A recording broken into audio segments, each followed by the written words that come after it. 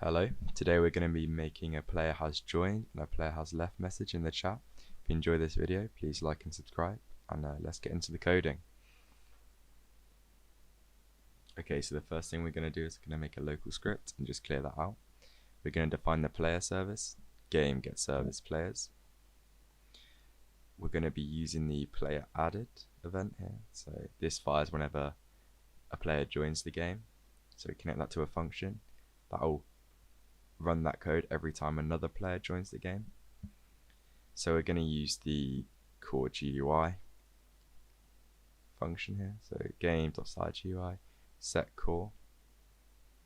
Now you need to make sure you put in a string and copy this exactly. Chat make system message. Make sure each word has a capital at the start. So we're going to put these curly brackets in, which indicates a table. So this function takes a table as one of the parameters.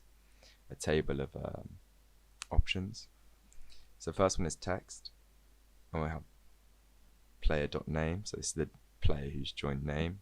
We're going to use the two dots to join those two strings together, the player name and the has joined message. Next one is the font. Now we're going to use an enum.font, and this will give us all the options of the fonts that we can have. One thing to mention is make sure you have the commas in between each line, because that's something that you need in a table. I just forgot to do that. We're going to choose the color. I'm going to choose a nice green one here. Just do color 3.new, and then it'll give you an option to change the color. Then we need to do the text size. I think 20 is a good number here.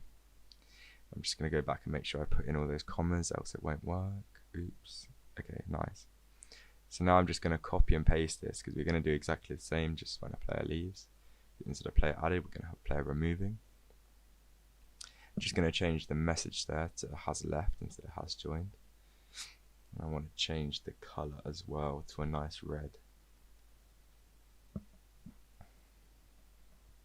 Okay, now that should work, so let's just test that. Make a local server with 2 players on it so we can see if that works.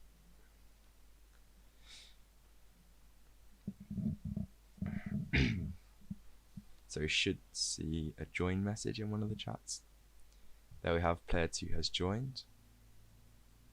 And now if we leave the game, player 2 has left. Okay, sound.